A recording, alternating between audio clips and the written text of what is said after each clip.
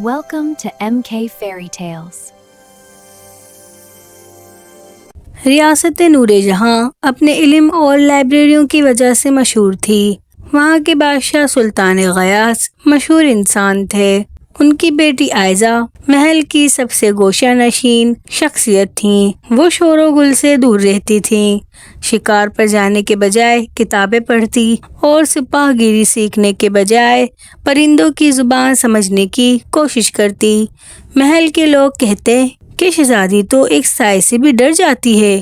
اگر کہیں کوئی اونچی آواز میں بات کرتا تو عائزہ وہاں سے اٹھ کر چلی جاتی۔ اس کے بھائی اسے بزدل سمجھتے کیونکہ وہ کبھی میدان جنگ کی باتیں نہیں کرتی تھی۔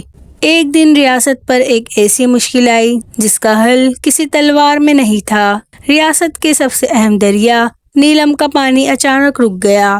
دریا کے دوسری طرف ایک بہت بڑا پہاڑ تھا جہاں ایک عجیب و غریب اور جگل سنگی خاموشی ایک جادوئی پہاڑی ڈھیر نمودار ہو گئی تھی جس نے دریا کا راستہ روک دیا تھا۔ سلطان نے اپنے سب سے بہادر سپاہیوں کو بھیجا کہ وہ اسے توڑ دیں، لیکن عجیب بات یہ تھی کہ جو بھی وہاں جا کر کلاڑی چلاتا یا شور کرتا وہ پہاڑ مزید بڑا ہو جاتا اور زمین میں تھرتھراہٹ شروع ہو جاتی۔ طاقت کا ہر استعمال اسے مزید مضبوط بنا رہا تھا۔ عائزہ نے کئی دن تک اپنی کھڑکی سے اس پہاڑ کا مطالعہ کیا۔ اس نے غور کیا کہ جب پرندے اس پہاڑ پر بیٹھ کر چہچہاتے ہیں تو وہ کچھ نہیں کہتا، لیکن جب انسان وہاں جا کر چیختے ہیں تو وہ غصے میں آ جاتا ہے۔ اس نے اپنے والد سے کہا، بابا میں وہاں جانا چاہتی ہوں، بغیر کسی فوج کے اور بغیر کسی ہتھیار کے۔ بادشاہ ہنسنے لگے، تم جو اندھیرے سے ڈرتی ہو اس جادوئی آفت کا مقابلہ کرو گی؟ عائزہ نے نرمی سے جواب دیا، کبھی کبھی خاموشی وہ کام کر دیتی ہے جو شور نہیں کر سکتا۔ عائزہ اکیلی روانہ ہوئی۔ اس کے پاس کوئی ڈھال نہیں تھی، بس ایک بانسری اور پانی کی ایک چھوٹی سی صراحی تھی۔ جیسے ہی وہ اس سنگی ڈھیر کے قریب پہنچی، اسے وہاں کے وحشتناک سناٹے نے خوفزدہ کیا۔ اسے لگا جیسے کوئی اسے گھور رہا ہے۔ وہ کانپنے لگی۔ اس کا جی چاہا کہ وہ بھاگ جائے، لیکن اس نے اپنی آنکھیں بند کیں اور گہرا سانس لیا۔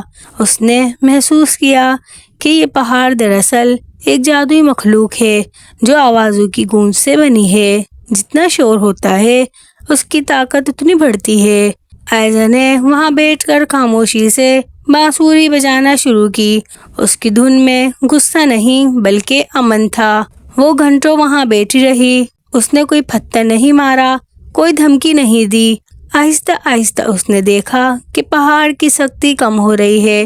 وہاں ایک چھوٹا سا غار نمودار ہوا۔ عائزہ ڈرتے ڈرتے اندر گئی۔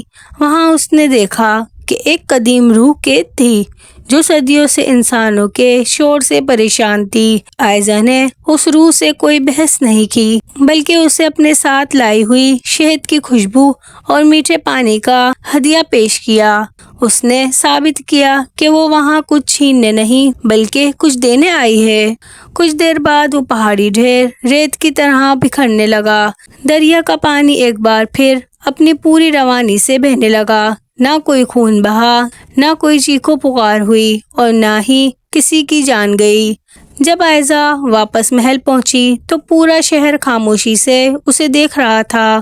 وہ شہزادی جو ایک چھوٹی سی آواز سے سہم جاتی تھی، اس نے اپنی اسی نرمی کو ڈھال بنا کر پوری ریاست کو بچا لیا تھا۔ بادشاہ کو سمجھ آ گیا کہ بہادری کا مطلب صرف لڑنا نہیں ہوتا۔ عائزہ نے دکھا دیا کہ عقل سب سے بڑی طاقت ہے۔ خاموشی کبھی کبھی سب سے طاقتور آواز ہوتی ہے اور ڈر کا مطلب کمزوری نہیں بلکہ محتاط ہونا بھی ہو سکتا ہے۔ اس دن کے بعد سے عائزہ کو ڈرپوک شہزادی نہیں بلکہ حکیم شہزادی کہا جانے لگا، جس نے بغیر ایک قطرہ خون بہائے سب سے بڑی جنگ جیت لی تھی۔